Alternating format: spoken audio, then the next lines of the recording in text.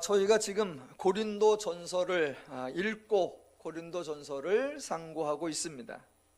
바울이 고린도에 있는 교회의 성도들에게 편지를 보냈고 성도들에게 편지를 읽고 복음의 내용을 알게 하려고 한 과정입니다. 물론 과연 고린도 교인들이 진짜로 성편지를 읽었나? 잘 모르죠. 다 모였을 때 대표가 나와서 읽고 나머지 성도들은 그저 들었는지, 아니면 편지를 한 사람이 쭉 읽고 다음 사람 전달하면 그 사람이 쭉 읽고 그 다음 사람이 쭉 읽었는지, 그렇게 각자 읽은 다음에 서로 생각을 토론을 했는지, 그런 것은 확인할 수가 없습니다. 그러나 여하튼 중요한 것은 초기 교회에 예수의 행적과 가르침에 대하여 복음서라는 것을 기록해서 교인들에게 읽고 가르치고 배우게 했었고, 또 그 복음의 내용을 잘 모르는 사람들에게는 사도가 편지를 써서 그 편지를 읽고 배우고 알게 하는 그런 과정이 있었다. 그게 기독교의 신앙 양식이었다라는 것입니다. 더누림교회가 성경 읽기를 강조하고 성경 공부를 강조하는 것은 그런 기독교의 바른 신앙 양식을 이어가자라는 것입니다. 성경 읽는 거, 성경 배우는 거 당연한 것 같지만 기독교 역사를 조금만 돌아보면 성도가 성경을 읽고 배우고 묵상하고 질문하고 토론하는 거, 이거 정말 최근의 일입니다. 구약시대에 하나님께서 이스라엘에게 율법, 즉 토라를 주셨는데 이스라엘 율법을 읽지 않았습니다. 가르치는 사람도 없었고 배우는 사람도 없었습니다.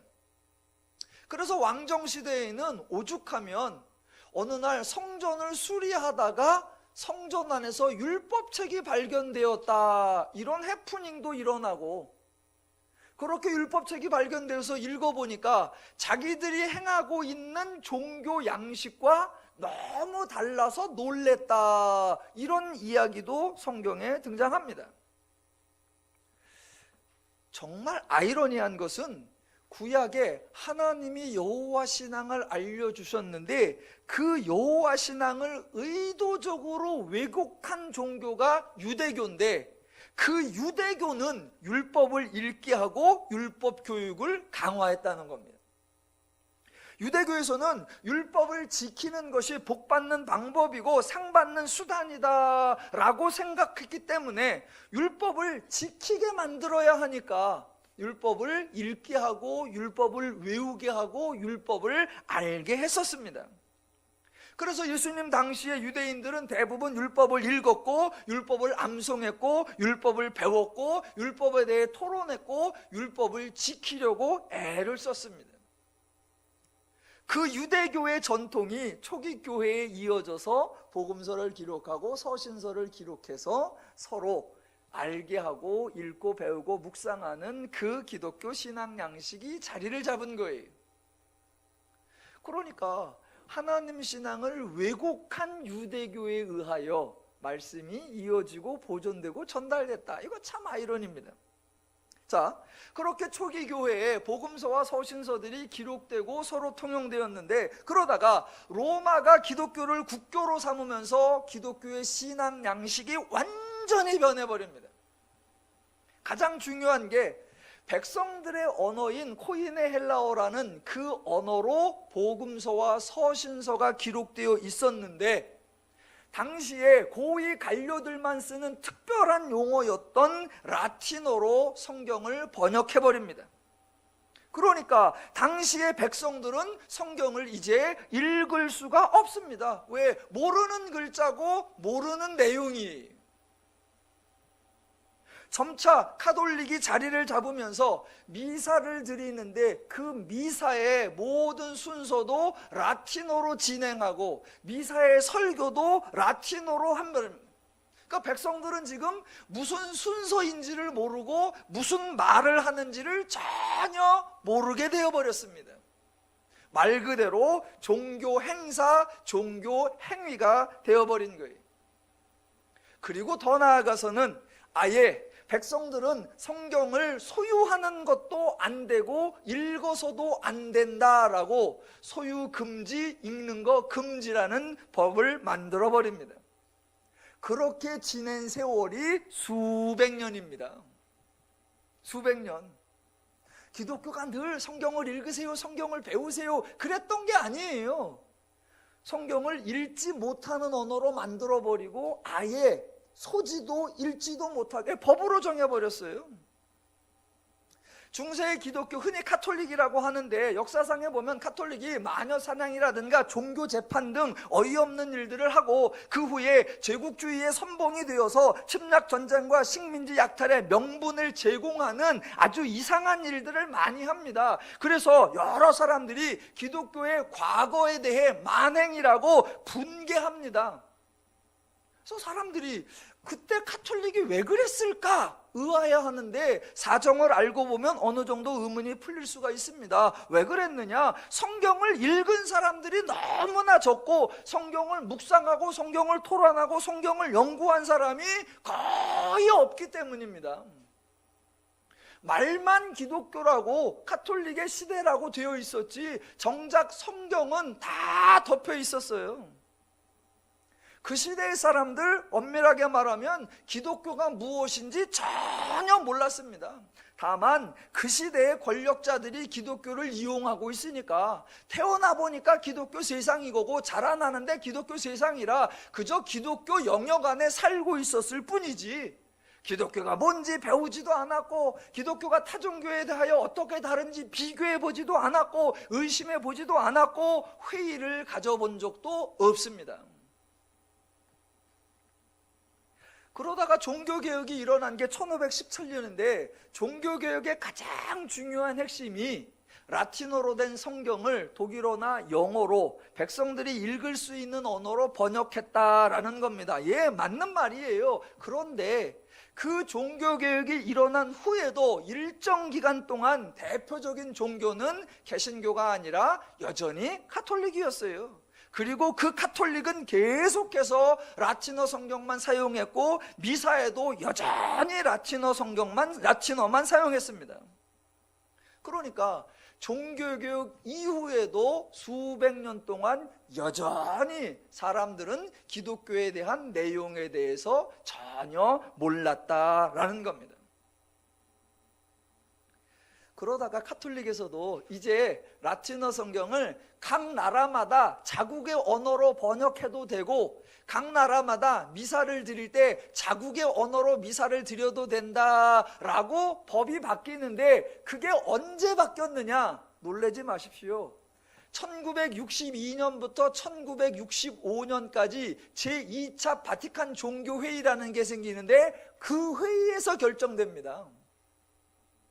그러니까 카톨릭에서 성경을 자기 나라 언어로 미사를 자기 나라 말로 드린 게 1965년에 결정났어요. 자기 나라 성경, 자기 나라 말로 미사를 드리는 게 카톨릭이 100년이 안 됩니다. 100년이 안 돼요. 우리나라에도 개신교와 카톨릭 중에 카톨릭이 먼저 들어왔지요. 한 100년 정도 먼저 들어왔습니다. 그때 카톨릭 신자들이 카톨릭 믿는다고 박해도 받고 그랬는데 우리나라의 카톨릭 신자들이 성경을 본 적이 있을까요? 없습니다. 들은 적이 있을까요? 없습니다. 그래서 우리나라에 카톨릭이 들어왔을 때 성도들이 뭔가를 배우긴 했지요. 그때 사용된 책이 뭐다? 천주실의라고 하는 카톨릭 교리서였지 성경이 아니었어요. 성경이. 그런 역사가 신학만 따져도 거의 1900년이고요. 구약부터 따지면 3000년이에요. 성도가 성경을 읽지 않고 성경을 배우지 않고 성경을 토론하지 않는 거 오랜 역사고 지금도 여전합니다. 기독교가 부흥을 했고 교회가 성장을 했다고 하지만 여전히 성경을 읽지 않고 여전히 성경을 배우지 않습니다. 그러니까 오늘날 주변에서 기독교에 대하여 들려오는 부정적인 소식들, 기독교 단체나 교회들이 부패했다는 여러 이야기들 어찌 보면 당연합니다. 왜? 성경을 읽는 사람이 적고 성경을 배우는 사람이 적고 성경을 함께 고민하는 사람들이 적으니까. 소수의 몇몇 사람들이 이게 기독교다 그리고 해버리면 나머지 대부분의 사람들은 가끔 쯧쯧쯧 그래버리고 마는 거예요. 제가 정말 속상한 거 말씀드린 적이 있는데, 성가대 한 번을 하려면 3분 성가대 하려고 최소 3시간을 하잖아요. 오늘 성가대가 끝났다 그러면 다음 주에 할 거 밥 먹고 한 2시간 연습하지요. 그리고 그 다음 주에 와서 예배드리기 전에 1시간 또 연습하지요. 그러니까 3분 찬송 부르려고 3시간을 연습해요. 그런 열심을 가져요. 그런데 1시간 설교 들으려고 3분 여러분 준비 안 하시잖아요. 찔리라고 드리는 말씀이 아니라 세태가 그렇다라는 거예요. 세태가. 더누림교회는 개혁이나 혁신이나 이런 용어를 거의 사용하지 않지만 어떻게든 성실하게 기독교 신앙 전통, 기독교 신앙 양식을 이어가려고 하는 겁니다. 성도 여러분도 새해에 종교 활동이나 종교 행위를 하려고 하지 마시고 성경을 읽고 성경을 배우고 성경을 묵상하며 성경을 알아가시기를 주님의 이름으로 축원합니다. 성경의 초점이 1월 29, 30, 31일에 있음을 알려드립니다. 고린도전서 15장은 예수 그리스도의 다시 사심, 예수 그리스도의 부활을 집중적으로 다루고 있습니다. 15장 전반부에서 바울이 강조한 내용이 10절에 나오는 대로 내가 나된 것은 하나님의 은혜로 된 것이니 하나님의 은혜가 헛되지 아니하여, 즉 은혜입니다. 은혜를 강조하면 당연히 예수의 사역으로 연결이 되고, 예수의 사역을 언급하면 그 핵심인 십자가와 부활로 연결되게 되어 있습니다. 하나님이 하신 일이 있어야 내가 은혜 받을 게 있고, 하나님이 이루어 놓으시는 일이 있어야 내가 누릴 것이 있고, 하나님이 완성하신 일이 있어야 내가 헛수고나 헛된 일이나 헛된 열심을 내지 않을 수 있는 겁니다. 그래서 기독교는 하나님이 하신 일, 즉 예수의 십자가 사역과 부활을 강조하는 겁니다. 사도행전을 이렇게 보면 사도행전 전반부에 드러나는 제자들의 활동이나 사도행전 후반부에 등장하는 사울을 포함한 초기 교회 성도들이 바로 예수 부활의 증인이었습니다. 예수 부활의 증인이라고 할 때 이 증인이라는 의미를 잘 이해하셔야 한다고 했습니다. 초기 교회 성도들이 부활의 증인이었다. 그 말은 그 성도들은 언제나 나가서 예수가 살아나셨다, 예수가 부활했다라고 말하고 다녔다, 그런 의미가 전혀 아닙니다. 어떻게든 예수 부활을 설명하려고 다양한 증거를 제시하고 기회 있을 때마다 증언을 했다, 그런 의미가 아닙니다. 가장 기본적인 것부터 한번 제가 질문해 보겠습니다. 여러분은 대답 안 하셔도 됩니다. 제가 질문하고 혼자 다 할게요. 자, 예수님의 십자가 사역을 누가 계획하셨습니까?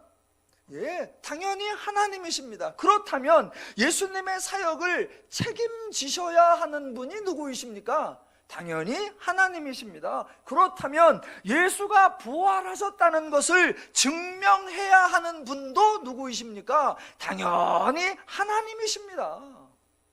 기독교 신앙의 주체는 하나님이세요. 그래서 더누림교회가 하는 고백이 나오는 거예요. 하나님의 사역은 하나님의 원리로, 하나님의 방법으로, 하나님의 시간에, 하나님의 힘으로, 하나님의 사람으로 하나님이 하신다. 예. 기독교 사역의 주체가 하나님이고 책임자가 하나님이기에 예수 부활에 관한 것도 전적으로 하나님이 책임지시는 거예요. 예수가 부활했다는 증거를 저와 여러분이 어떻게든 입증해내야 하는 것이 아니라 하나님이 입증해야 되고, 예수 부활의 증거를 우리가 어디서 찾아내야 하고 그 결과를 우리가 만들어내야 하는 게 아니라 모두 하나님이 하는 거예요. 그래서 하나님이 증거를 제시했어요. 하나님이 부활의 입증 자료를 내어놓았어요. 그 하나님의 증거, 그 하나님의 입증 자료가 뭐다? 그게 바로 성도라는 존재입니다. 자, 오늘 본문 20절에 그게 나오는 거예요. 20절. 그러나 이제 그리스도께서 죽은 자 가운데서 다시 살아나사 잠자는 자들의 첫 열매가 되셨도다. 사망이 한 사람으로 말미암았으니 죽은 자의 부활도 한 사람으로 말미암는도다. 아담 안에서 모든 사람이 죽은 것 같이 그리스도 안에서 모든 사람이 삶을 얻으리라. 예수가 살아나셨다면 살아난 결과가 있어야 되는데 그 결과가 누구냐? 바로 성도다라는 겁니다. 초기 교회 성도들 중에 어느 누구도 예수 부활한 증거를 수집하러 다니지 않았습니다. 그래서 수의를 찾으러 다니거나 머리에 썼던 가시관의 쪼가리를 찾으러 다니거나 예수가 달리셨던 못을 찾으러 다니고 그런 거 없습니다. 또 제자들은 다니면서 사람들에게 예수 살아났어 라고 입증하려고 노력하지도 않았어요. 그들이 한 건 자기들에게 이루어진 변화, 즉 자기들이 새롭게 가지게 된 가치체계, 역사를 바라보게 된 새로운 인식체계, 자기들이 전혀 다르게 살아가게 된 새로운 사고방식, 그것을 놀라워하며 이것이 어떻게 가능했느냐? 예수 부활로 말미암아 이루어진 결과다라고 고백한 거예요. 그러니까 초기 교회 제자들은 하나님의 설명 방식, 성경의 설명 방식을 이해했었습니다. 자, 22절을 보시면 아주 재미있는 게 하나 있어요. 아담 안에서 모든 사람이 죽은 것 같이입니다. 그런데 예수가 부활했다라고 하면 예수 부활한 증거를 내놔라 그렇게 요구하는 사람들이 아담 안에서 모든 사람이 죽었다라고 하면 그 죽었다는 증거를 내놓으라는 사람이 없어요. 아담이 죄인이 되었 증거를 내놔라. 아담 이후에 모든 사람이 죽어서 모든 사람이 죄인이 되었다. 그 증거를 내놔라. 혹시 여러분 그거 요구하신 적 있으세요? 주변에 지금도 인간이 죄인이 되었다는 증거를 내놔라 그렇게 따지시는 분 보셨어요? 거의 없습니다. 왜 없느냐? 딱 보면 아니까 그래요. 주변에 자기의 삶도 그렇고 주변 사람들도 보고 보니까 모두가 죄인이 된 거 맞구나 라고 주변에 증거가 넘쳐나요. 날마다 도무지 납득이 안 되는 사건 사고가 발생하고 인간의 행동이라고는 도무지 설명할 수 없는 여러 범죄가 발생하고 배운 놈은 배운 놈대로 죄를 짓고 가진 놈은 가진 놈대로 죄를 짓고 높은 놈은 높은 놈대로 죄를 짓고 각 분야에서 각 사람이 다 교활하게 죄를 짓고 있는 걸 날마다 봐요. 그러니까 인간은 죄인이 되었구나, 모두가 죄인이구나 알아요.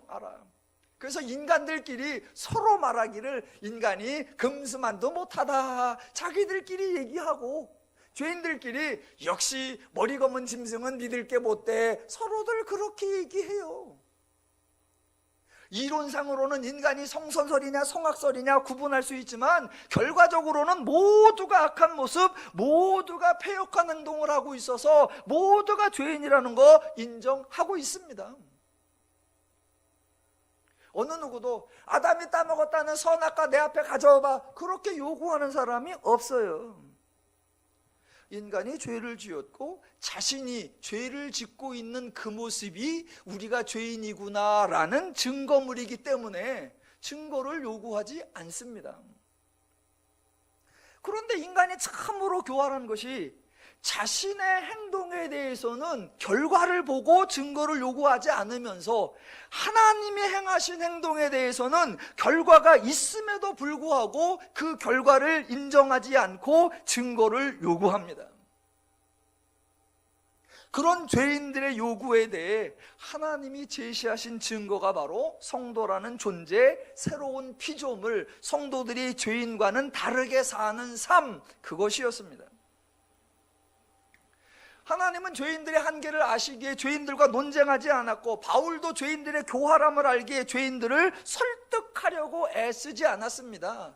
고린도전서 15장에서 부활에 대하여 길게 얘기하고 있는데 이 이야기를 안 믿는 사람에게 들려주면 저들이 이해할 거다가 아니라 너희들 중에 어떤 사람이 왜 부활이 없다라고 하느냐라고 성도를 알게 하기 위한 것일 뿐이었어요. 예수가 부활하셨다는 증거 넘쳐나죠. 어떻게 넘쳐납니까? 예수를 부인하고 떠났던 죄자들이 성도가 되었다는 사실에서 증거가 되고, 예수를 박해하던 바울이 사도가 되었다는 사실에서 증거가 되고, 역사에서 계속하여 죄인들이 성도가 되는 것을 통하여 증거의 증거가 이어져 나갈 것입니다. 그게 23절이에요. 그러나 각각 차례대로 되리니, 먼저는 첫 열매인 그리스도요, 그 다음에는 그가 강림하실 때에 그리스도에게 속한 자요, 그 후에는 마지막이니 그가 모든 통치와 모든 권세와 능력을 멸하시고 나라를 하나님 아버지 하나님께 바칠 때라. 그가 모든 원수를 그 발 아래에 둘 때까지 반드시 왕노릇하시리니 맨 나중에 멸망받을 원수는 사망이니라. 예, 하나님이 계속 구원하실 거예요. 죄인이 성도가 된다? 그게 바로 그 부활의 증거예요. 그러니까 기독교 방식을 이해하시면 예수가 부활했다는 증거는 차고 넘쳐나는 거예요. 하나의 증거가 아니라, 한 곳에서 증거가 아니라, 한 장소, 한 시대의 증거가 아니라 계속, 왜 예수가 부활하신 그 이후부터 성도가, 죄인이 성도가 되고 죄인이 성도가 되고, 또 다른 곳에서 정말 인간 같지도 않은 말종이 구원받고, 와, 이런 페루나도 또 구원받고, 여기저기서 역사 내내 계속해서 죄인이 구원받는 역사가 일어난단 말입니다. 저 인간이 어떻게 저렇게 새로워졌지? 인간으로서는 설명해낼 방법이 없어요. 그때 하나님께서 예수 그리스도의 부활로 말미암아 저자를 구원하시는구나. 그 하나님의 증거 계속 넘쳐나는 거예요. 차분히 생각해 보시면 사람들이 부활의 증거를 요구하는 방식과 하나님이 부활의 증거를 제시하는 방식 중에 하나님 방식이 훨씬 옳습니다. 왜냐하면요, 죄인들이라는 이 인간들은 애초에 어떤 증거를 보고 아, 그렇구나 라고 하여 하나님을 인정하느냐? 그렇지 않기 때문입니다. 죄인은 하나님에 대하여 죽은 자예요. 하나님의 죄의 죽은 자가 하나님을 설명한들 하나님을 알 수 없고, 부활의 개념이 없는 자들에게 부활을 아무리 설명한들 부활을 이해할 수 없습니다.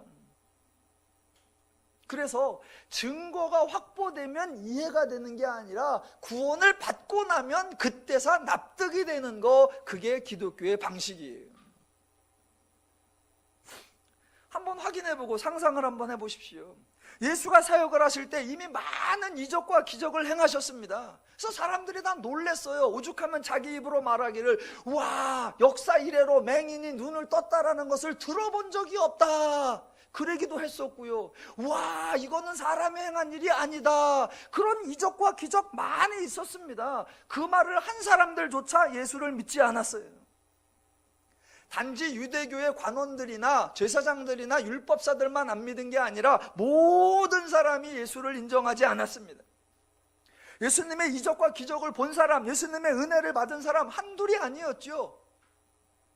예수님의 떡을 먹은 사람만 한 번에 5,000명, 그 다음에 4,000명, 도합 최소 9,000명이 넘습니다. 그런데 예수가 잡히실 때 아무도 예수 편들어 주지 않았습니다. 병 들었다 나은 사람도 여러 명, 귀신 들렸다 치유된 사람도 여러 명, 심지어는 죽었다 살아난 사람도 여러 명이었는데 아무도 예수 편에 서지 않았습니다. 그래서 다 같이 예수를 십자가에 못 박으라 라고 할 때 나는 반대요, 그런 사람이 없었습니다. 증거를 주면 믿는다고요? 아니에요. 자, 제가 지난번에 기독교는 증거를 제시하는 방식이 아니다, 예수님이 부활하시고 나타났는데 기껏 해봤자 같은 편이었다, 제자들에게 나타나고 성도들에게 나타나고 형제들에게 나타나고 같은 편이었다, 그러니까 증거 능력이 없다 그랬습니다. 그럼 한번 상상을 반대로 해보십시오. 예수가 살아나셨어, 부활하셨어. 그래서 예루살렘으로 진군을 하셔서 유대계 제사장들과 율법사들을 찾아갔다고 합시다. 어떤 일이 벌어졌을까요? 유대교 지도자들이 예수를 인정하고 자신들이 틀렸고 예수가 옳았다고 말을 할까요? 절대로 안 그럴 겁니다.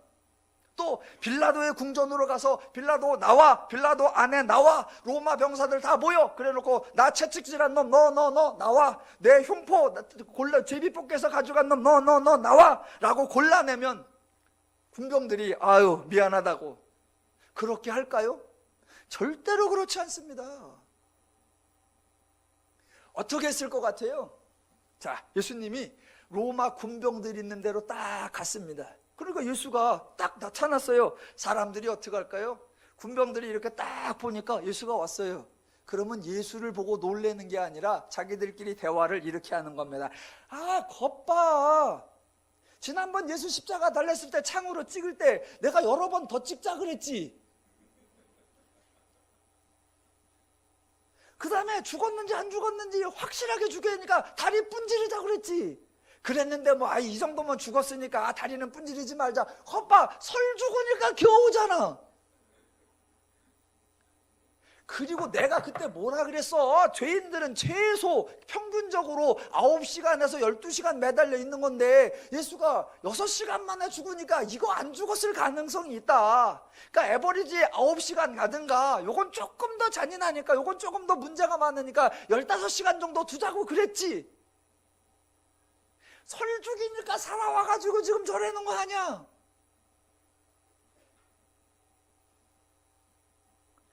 야, 확 죽여. 그랬을 거예요. 그랬을 거예요. 예수님이 유대교 사람들한테로 딱 갔습니다. 그러면 관원들, 제사장들, 또 율법사들 모여서 뭐라고 했을까요? 아이고 오셨냐고. 우리가 실수했고 우리가 잘못했다고 그러겠냐고요. 혹시 살아났다고 해보자. 그래도 뭐라고 했을까요? 재판은 일단 끝났어. 그때 재판에 사형으로 났기 때문에 이건 취소를 못해. 재판을 다시 해도 사형이고 3번 해도 사형이고 4번 해도 사형이요. 그러니까 죽어. 그래서 예수님이 아마 2번째 죽임을 당하셨을 거예요. 그 2번째 죽음은 사람들이 있는 데에서 십자가에 매달리는 게 아니라 말 그대로 쥐도 새도 모르게 나중에 이렇게 탁 치니 억하고 죽었더라. 그렇게 했을 거예요. 그렇게 했을 거예요. 예. 어차피 죄인은 증거가 분명하다고 믿을 것도 아니기 때문에 하나님은 증거물을 제시하는 방법 사용하지 않습니다. 왜? 다시 한번 갑니다. 부활이라는 개념이 없는 사람들에게 예수가 다시 왔다. 아, 죽었는데 부활해서 다시 왔구나. 그렇게 생각을 안 해요. 만약 이제 서양은 잘 모르겠습니다만 우리 동양식으로 하면 예수가 다시 살아났다. 가장 설명이 가능한 대로 만약 설명을 해보면 예수 귀신이 왔네. 그렇게는 혹시 생각할까? 예수 귀신이 억울해서 미처 못 갔네. 그래서 황천길을 가야 되는데 미처 못 갔어. 그래서 49일 동안 가야 되는데 길을 못 잡아서 일로 왔네. 7개의 심판을 받아야 되는데 차사의 인도함을 받아야 되는데 동양에서는 아마 최대로 설명해봤자 그것밖에 안 될 거예요.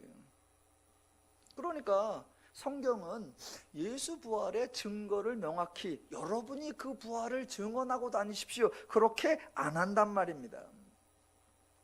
그러니까 하나님이 세상에 내놓은 증거가 성도라고 말씀을 드렸는데 그렇다고 해서 하나님이 성도를 증거물로 이용하는 거 아니에요. 성도가 하나님 앞에 이용당하느냐? 절대로 그러지 않습니다. 성도는 이미 죄로부터 구원을 받은 것이 은혜를 받은 것이고 복을 받은 것이고 유익을 얻은 것이기 때문에 기독교에 있는 유익만 있을 뿐 성도에게 손해라는 전혀 없습니다.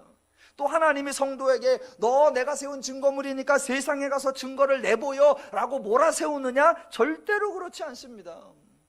성도가 할 일은 언제나 딱 하나예요. 아, 예수로 말미암아 내가 구원을 받았구나. 그 구원을 즐거워하고 신나하고 행복하게 누리며 사는 것, 그거 하나뿐입니다. 부탁드리기는 절대 증인의 역할, 증인의 사명, 그런 부담감 갖지 않으시기를 주님의 이름으로 부탁을 드립니다. 저는 부활에 대해서도 성경적 표현 방식을 좀 쓰자라는 거예요. 성경적 표현 방식. 우리는 예수 부활, 그럼 모든 초점을 누구한테 맞추느냐? 예수에게만 맞춰요. 그래서 부활절에 쓰는 표어들이 대부분 예수 다시 사셨네, 축, 부활, 사망 권세 이겼네, 모두 예수 이야기만 할 뿐 그 예수가 부활해서 나는 어떻게 달라졌는가, 그 예수의 다시 사심으로 말미암아 나는 얼마나 새로워졌는가, 나와의 연관성, 나의 유익을 언급하는 게 별로 없단 말입니다. 저는 바꾸자는 거예요. 예수 부활하셨네. 예, 좋아요. 그럼 그 옆에 그래서 나 구원받았네 이거예요. 사망 권세 이겼네. 나 신나게 살게 되었네. 이렇게 하자는 거예요. 예수에 대한 이야기를 하면서 동시에 예수로 말미암아 내가 받은 은혜, 내가 받은 복, 내가 받은 유익을 설명하자. 그래서 제가 주장하는 거, 나 구원받았네. 바울은 정말 멋있게 했어요. 그걸 뭐라고 한다? 이전 것은 지나갔으니 보라 새 것이 되었도다. 우리는 새로운 피조물이라. 2018년에는 부활절을 한번 해볼까 합니다. 그래서 부활절에 예수 부활 표 경연대회, 지금부터 한 석 달 남았으니까 고민하세요. 그래갖고 예수가 다시 사셨다, 그리스도가 부활하셨다는 것을 나를 대상으로 어떻게 표현을 할까?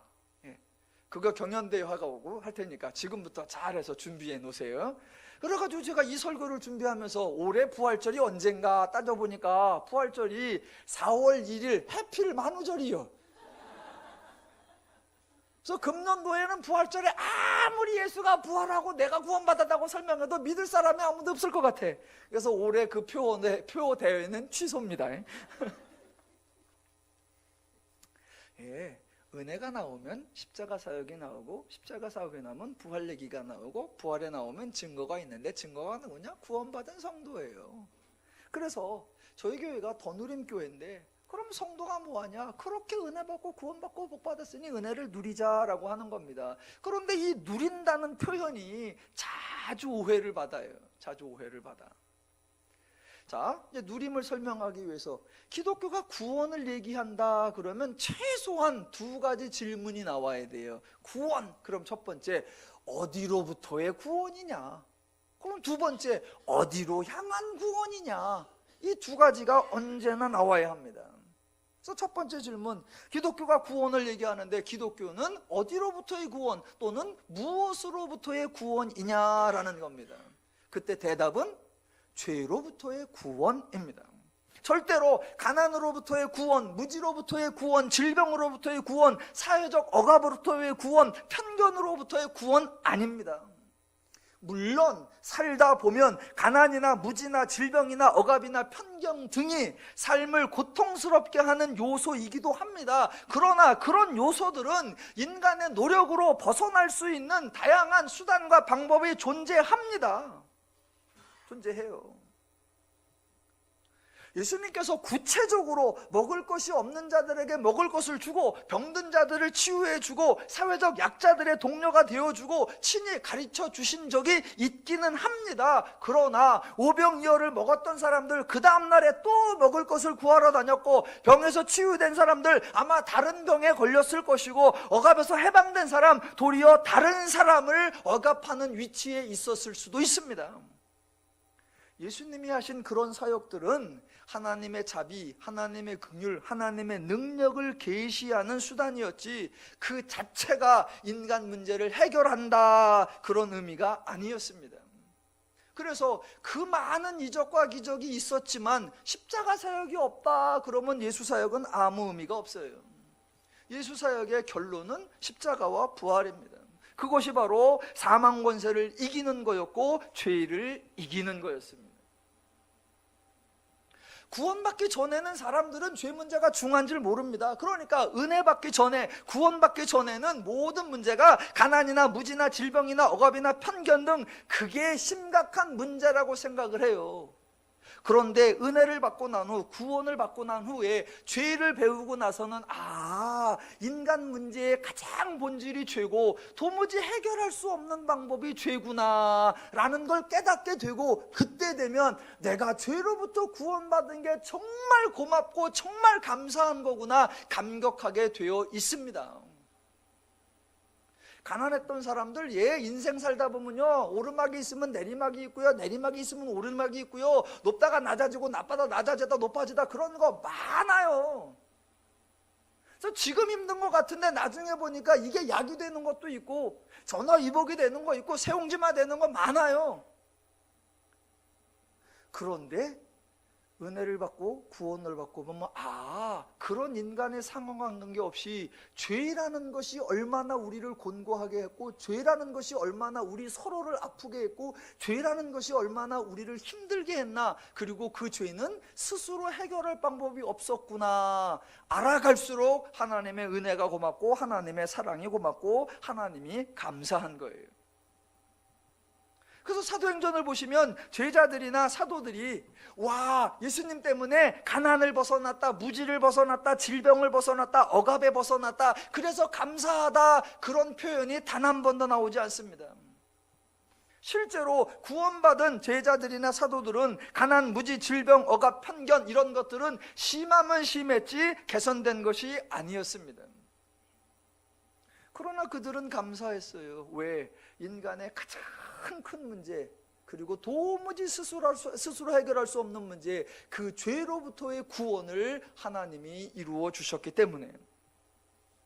기독교는 죄로부터의 구원입니다. 그런데 언제부턴가 기독교가 구제단체처럼, 복지단체처럼, 봉사단체처럼 인식되는 거, 이거 정말 기독교 정체성을 스스로 축소하는 안타까운 현상입니다. 예전에 사회나 국가가 여력이 없을 때는 기독교가 구제나 복지나 봉사를 은혜로 감당해 준 적이 있습니다. 그래서 그때에는 세상 사람들이 교회를 고마워했어요. 왜? 은혜를 나누어 주는 곳이었으니까. 그러나 지금은 사회나 국가가 그런 구제나 복지 봉사를 어느 정도 감당하고 있습니다. 심지어는 요새는 교회도 구제와 복지와 봉사로 비즈니스를 하고 있는 실정입니다. 그래서 교회 스스로 변질되고 교회 스스로 왜곡되어 있습니다. 그래서 요새 사람들은 교회가 은혜를 베푸는 곳이야 이렇게 생각하지 않습니다. 도리어 비즈니스 경쟁 상대로 취급합니다. 동네에서 조그만 카페 하는 사람들이 제일 싫어하는 카페가 어디게요? 교회에서 운영하는 데예요.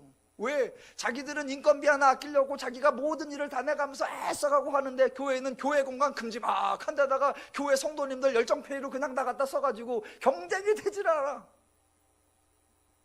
그러니까 교회는 아주 사악한 집단, 또 자기들은 못 쓰는 거에 대하여 세금 따박따박 다 내는데, 종교인들은 종교인 과세로 온갖 특혜는 다 받고 있는 아주 불량한 집단, 또 교회의 공공성을 무시하고 개인에서 개인으로 재산을 물려주는 세습을 당연시 여기는 파렴치한 집단. 요새 교회가 그런 취급당하고 있어요. 자업자득이에요. 기독교의 정체성을 확립해야 하고, 교회는 교회가 해야 할 역할이 무엇인가 잘 결정해야 합니다. 기독교는 인간의 문제가 죄임을 선포하고, 하나님께서 십자가와 부활 사역으로 죄로부터 구원하셨다, 그것을 선포하고 그것을 가르치는 일에 집중해야 할 줄로 믿습니다.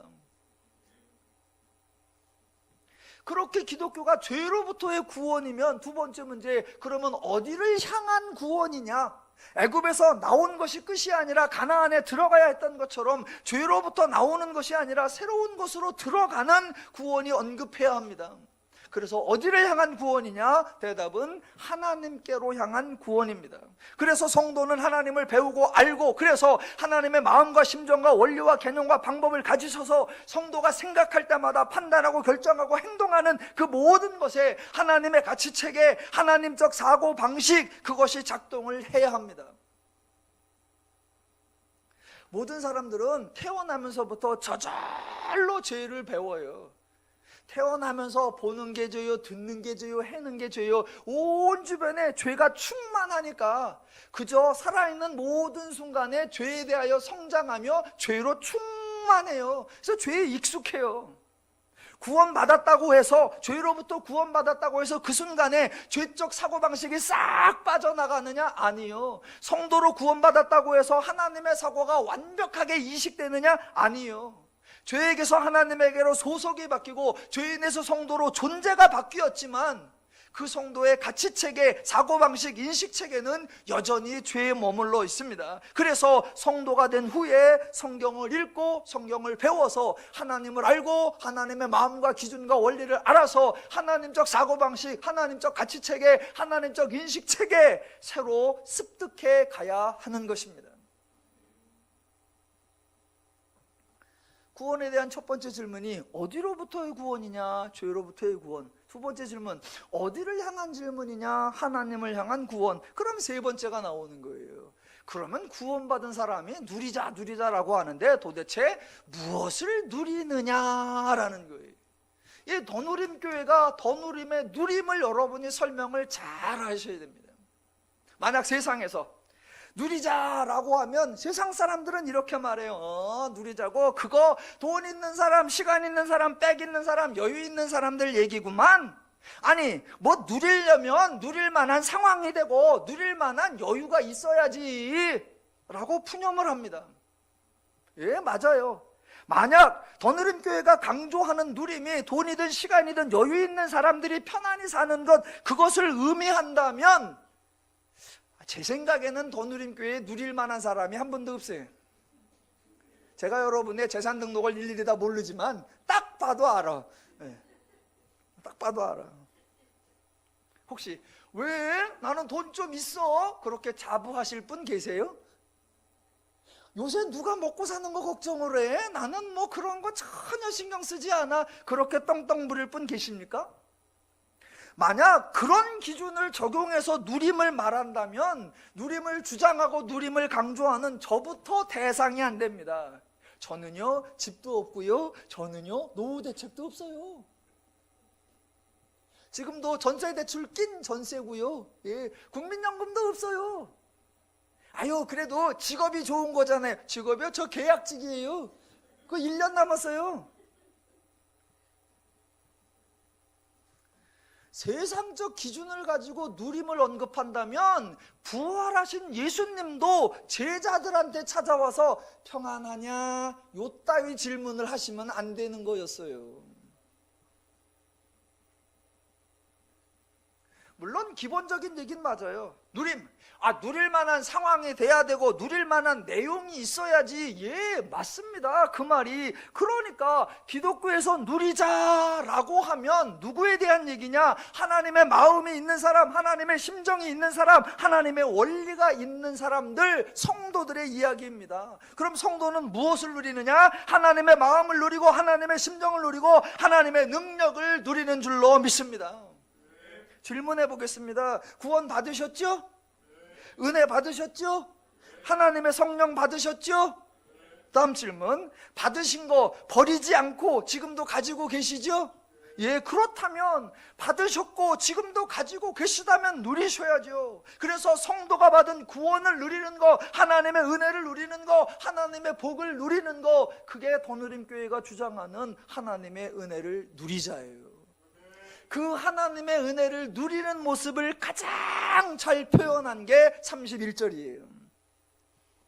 형제들아, 내가 그리스도 예수 우리 주 안에서 가진 바 너희에 대한 나의 자랑을 두고 단언하노니 나는 날마다 죽노라.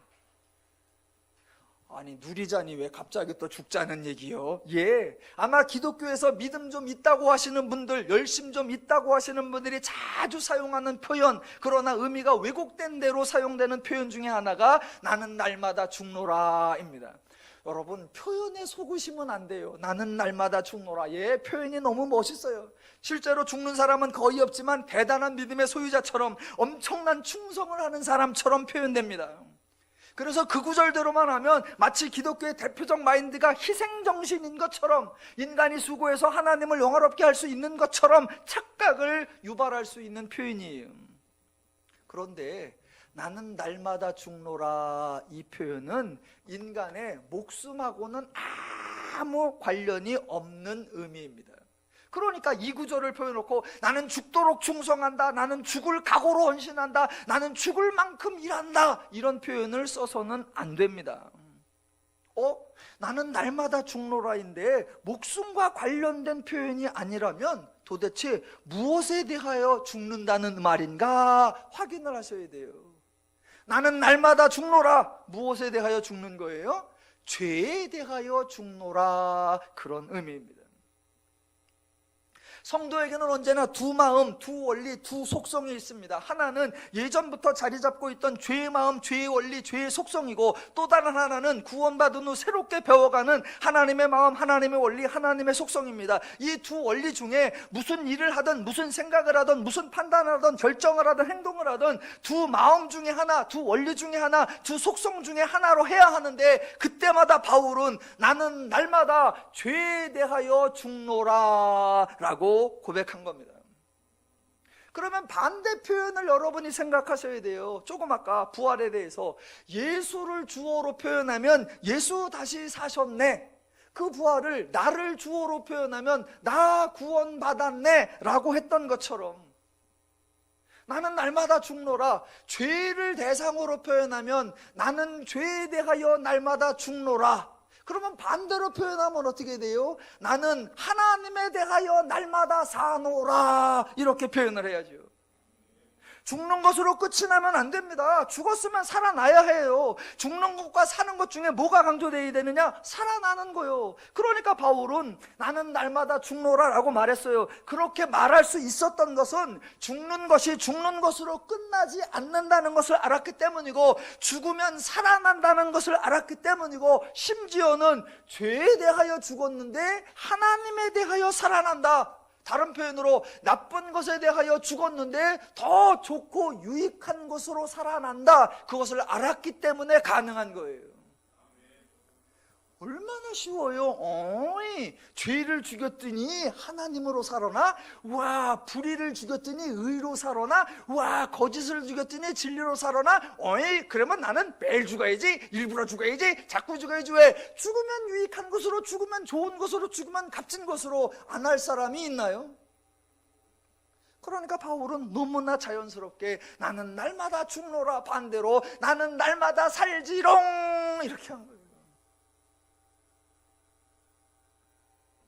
신앙은 희생이 아니라 유익이고, 신앙은 손해가 아니라 유익이고, 신앙은 강요가 아니라 자원함입니다. 내가 따져보니까, 내가 계산해보니까, 내가 비교해보니까 훨씬 좋아. 그래서 기뻐서, 즐거워서, 자원해서 스스로 하는 것, 그게 하나님을 바르게 믿는 저 여러분의 신앙의 참 모습인 줄로 믿습니다. 마지막으로 하나, 기독교 신앙이 죄와 또 하나님에 관계된 것이기 때문에 31절에 나는 날마다 죽노라 라고 했고, 32절에 보시면 내가 사람의 방법으로 에베소에서 맹수와 더불어 싸웠다면 내게 무슨 유익이 있으리요, 이게 나오는 거예요. 32절을 문자 그대로 보면 도무지 말이 안 됩니다. 에베소에서 맹수와 더불어 싸웠다. 여러분, 어떤 사람이 맹수하고 싸워요? 물론 맹수하고 싸우는 경우가 있습니다. 한 세 가지 경우. 첫 번째, 서커스 단원. 그 맹수하고 싸우는 쇼를 해야 되니까 서커스 단원이 있고, 두 번째, 고대 검투사. 그 다음에 세 번째, 미친놈. 예, 맹수에 싸우는 사람이 세 사람이 있을 수 있습니다. 그러나 바울, 서커스 단원 아니었고, 검투사 아니었고, 미친 사람 아니었습니다. 그러니까 바울이 말한 맹수와 더불어 싸웠다는 것은 동물과 싸운 게 아니에요. 32절을 풀이할 수 있는 힌트가 맨 앞에 나오는 단어예요. 사람의 방법으로. 그러니까 바울이 사람이나 육체나 몸 이런 표현을 사용할 때는 주로 죄를 의미했습니다. 그러니까 바울은 에베소에서 죄의 세력들, 죄의 원리들, 죄의 방법과 싸웠다. 그런데 그 싸움이, 죄와의 싸움이 얼마나 처절하고, 죄와의 싸움이 얼마나 치열하고, 죄와의 싸움이 얼마나 냉정하고 교활하고 집요했는지, 그 죄와의 싸움이 맹수와 더불어 싸우는 것 같았다, 이렇게 표현한 거예요. 그럼 여러분은 딱 궁금하시죠? 곽 목사가 설명을 해줬으면 좋겠다, 그런 생각이 들죠? 아니, 에베소에서 뭔 일이 있었길래 이렇게 표현을 했을까 궁금하시잖아요. 한 5분이 더 걸려도 그걸로 해주고 끝났으면 좋겠다, 그런 생각이 드시죠? 네. 사도행전 19장에 가면 바울이 에베소에서 활동을 했어요. 그래서 귀신 들린 사람도 쫓아내고 병자들도 고치고 많은 일들 했어요. 심지어는 바울이 쓰던 손수건을 갖다 놔도 사람들이 고쳐줬고요. 그래서 바울을 보고 어떤 사람이, 나는 잘 모르는데 바울이 말하는 예수 이름으로 명한다, 그랬더니 났어요. 그런 일들이 막 일어났단 말입니다. 좋은 거잖아요. 그런데 그 동네에 더메드리오라고 하는 어떤 은을 다져가지고 신상을 만들어서 먹고 사는 사람이 있어요. 그러니까 바울이 와서 복음을 전도하니까 이제 신상 같은 거 필요 없어. 그러니까 자기가 굶어 죽게 생겼단 말입니다. 사람들이 헛된 일을 하지 않으라고 바르게 살게 되었다, 그것을 좋아하는 게 아니라 남이 잘 되는 게 뭔 상관이야, 지금 나 먹을 게 없는데, 이러고 있고, 또 어떤 사람이 귀신 들렸어. 그러니까 주인이 그 귀신 들린 여자를 데리고 맨날 점치라 그래. 그래서 그걸로 벌어먹고 살아. 그러다 어느 날 귀신 들린 여인이 나아졌어요. 그럼 주인의 입장에서 아유, 내 밑에서 고생했는데 이제 치유가 되었으니 제대로 살아라, 이래야 되잖아. 그런데 죄인이 한다는 소리가, 왜 귀신 들린 걸 고쳐놔가지고 나 벌어먹을 게 없게 만들었냐, 다시 귀신 들어오게 해달라, 별 억지를 쓴단 말입니다. 그러면서 동네 사람들 다 불러다가, 야, 저 바울 때문에 우리가 천해진다, 저 바울 때문에 우리가 굶어 죽겠다 라고 하면서 바울과 일행들을 잡아다 놓고 아데미 정각에 모여서 크도다 아데미 정각이여 라고 2시간 3시간 막 집회를 하고 방해를 하는 거예요. 그러니까 사람들이 바울에게 오면 큰일 납니다. 막 그러고. 그러니까 인간을 바르게 하고 인간을 제대로 제정신으로 살게 하고 인간을 온전하게 살게 하는 그런 거를 기뻐해야 되는데, 자기 유익이라는 것 때문에 남의 인생 다 망치는 걸 당연히 하고, 도리어 그 사람을 치유해 주는 사람을 잡아다 죽이려고 하고. 그러니까 바울이 그 죄인들과의 싸움이 얼마나 치열했는지, 그게 마치 뭐와 같았다? 맹수와 더불어 싸우는 것 같았다라고 하는 거예요. 이거는 여러분 아마 실감이 확 되시죠? 여러분 일주일 동안에 5일간 맹수하고 싸우시잖아요. 여러분 직장에 가보면 전부 다 죄의 원리 투성이고, 여러분이 행하려고 하는 제도들 보면 온통 불법 천지고, 그 중에서 조금만 좀 정직하게 그러면 세상 모른다 그러고, 좀 뭔가 바르게 그러면 그따위로 해갖고 어떻게 하려고 그러냐고, 이런 거 고쳐야 되고 그러면 또 너만 잘났냐 그러고, 그래서 뭔가를 또 좀 이렇게 지적질하면 또 내부 고발자로 색출해가지고 또 다들 또 밟아 죽이고. 맹수하고 싸우시느라고 힘드시잖아요. 그거예요. 세상이 온통 죄의 원리에 찌들어 있어요. 그러니까 그 와중에 여러분이 얼마나 날마다 애쓰세요. 눈앞에 보이는 그 허다한 죄의 현상들과 죄의 원리들과 죄의 미혹, 그 중에 내가 타협을 해야 하나, 아니면 조금이라도 들어야 되나, 그 중에 대부분은 타협하시고 가끔 안 하시잖아요. 그리고 교회 와가지고 지난 한 주간 동안에 죄 속에 살았습니다 그러잖아요. 혼내자는 게 아니고, 성도가 구원받은 거 은혜인데 그 은혜를 누리려고 하니까 그 허다한 죄의 요소들이 맹수가 달려드는 것처럼, 그때 우리 하나님의 말씀을 배우고 하나님의 은혜를 배우고 하나님의 마음과 심정을 가지고 하나님의 능력을 가져서 죄를 이겨내고 하나님을 누리고 이 땅 가운데 하나님의 나라를 이루어가는 그런 저와 여러분이 되어야 할 줄로 믿습니다. 그래서 맨 마지막에 33절과 34절, 속지 말라. 여러분이 일주일 내내 거하시는 그 세상에서 여러분 주변에서 날마다 떠드는 사람들이 다 무슨 말을 해요? 죄의 원리로 미혹하죠. 그런 여러분에게 속지 말라. 악한 동무들은 선한 행실을 더럽히나니 깨어 의를 행하고 죄를 짓지 말라.